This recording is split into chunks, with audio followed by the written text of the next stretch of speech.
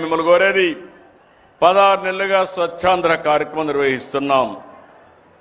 ఇన్ని రోజులు ఈ కార్యక్రమంలో సాధించిన విజయాలు ఎంతో తృప్తిని స్ఫూర్తిని ఇస్తున్నాయి. 1924 ఎప్పుడూ గుర్తుండాలి మీకు. ఈరోజు మీరందరూ కూడా దీపావళి చేస్తున్నారు. జ్ఞాపకం ఉందా? దీపావళి చేస్తున్నారా? పోనీ చేస్తున్నామని చేతులు పైకెత్తండి. ఓకే, దీపావళి ఎందుకు చేస్తున్నామని తెలిసిన చేతులు పైకెత్తండి. అందరికి తెలుసు. ఆ రోజు నరకాసురుడు రాక్షసుడు చంపితే దాన్ని గుర్తుపెట్టుకోవడానికి దీపావళి చేస్తున్నారా లేదా అని మిమ్మల్ని అడుగుతున్నా. అవునంటే గట్టిగా చప్పట్లు కొట్టండి. చరిత్ర చెప్పే సందేశం. చెడును గుర్తుపెట్టుకుంటే మళ్ళా అలాంటి వ్యక్తుల్ని ప్రోత్సహించకపోతే మనం బాగుపడతామని మన పెద్దలు ఇచ్చినటువంటి మనకు వారసత్వం. నేను 1924లో మీరు చూస్తే ఆ రోజు ఉండే ప్రభుత్వాన్ని మరిచిపోతారా అని మిమ్మల్ని అడుగుతున్నా.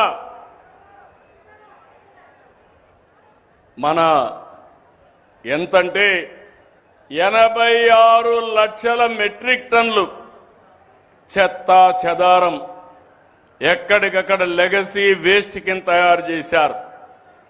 23 నెలలు ఈ వేస్ట్ అంతా క్లియర్ చేయడానికి నాకు సరిపోయింది. 121 లక్షల మెట్రిక్ టన్నులు క్లియర్ చేశాం. జూన్ వరకు అవుతా ఉంది. విధ్వంసం చేయడం నిమిషం పని. దాన్ని మళ్లీ రీబిల్డ్ చేయాలంటే చాలా సమయం అవుతుంది. అందుకే హామీ ఇస్తున్నాను, జూన్ నెల లోపల ఎక్కడ కూడా లెగసీ వేస్ట్ లేకుండా, ఎక్కడ చెత్త లేకుండా చేసే బాధ్యత ఈ ప్రభుత్వానిదని చెప్పి మీ అందరికీ హామీ ఇస్తున్నాను. 2, ఇంటింటికి వచ్చి చెత్త కలెక్ట్ చేస్తున్నాం. ప్రతిరోజు 7,527 మెట్రిక్ టన్నులు, పట్టణాల్లో 1436 లక్షల మెట్రిక్ టన్నులు గ్రామీణ ప్రాంతాల్లో కలెక్ట్ చేస్తున్నాం. రెండోది, ఇవంతా ఎక్కడ వేయాలనుకున్నప్పుడు ఒక సైంటిఫిక్ మెథడ్ పెట్టాం.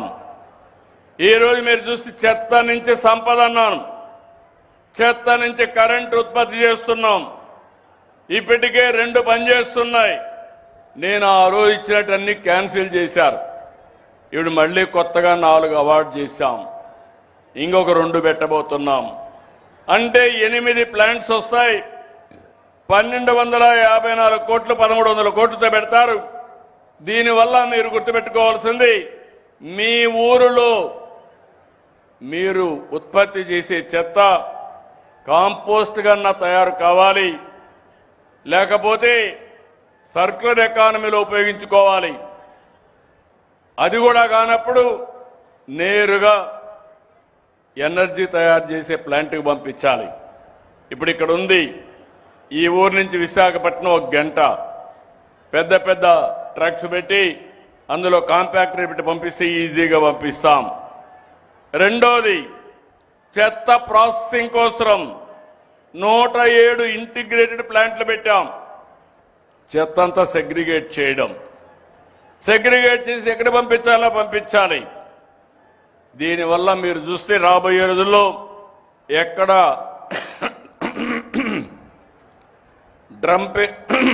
డంపింగ్ యాడ్స్ ఉండవు. మూడోది, ఏ గ్రామం కానీ ఏ ఆఫీస్ కానీ నెట్ జీరో అంటున్నాను. నేను కొత్త పాలసీ తీసుకొచ్చాం. ఈరోజు స్కూల్స్ ఉన్నాయి, హాస్టల్స్ ఉన్నాయి.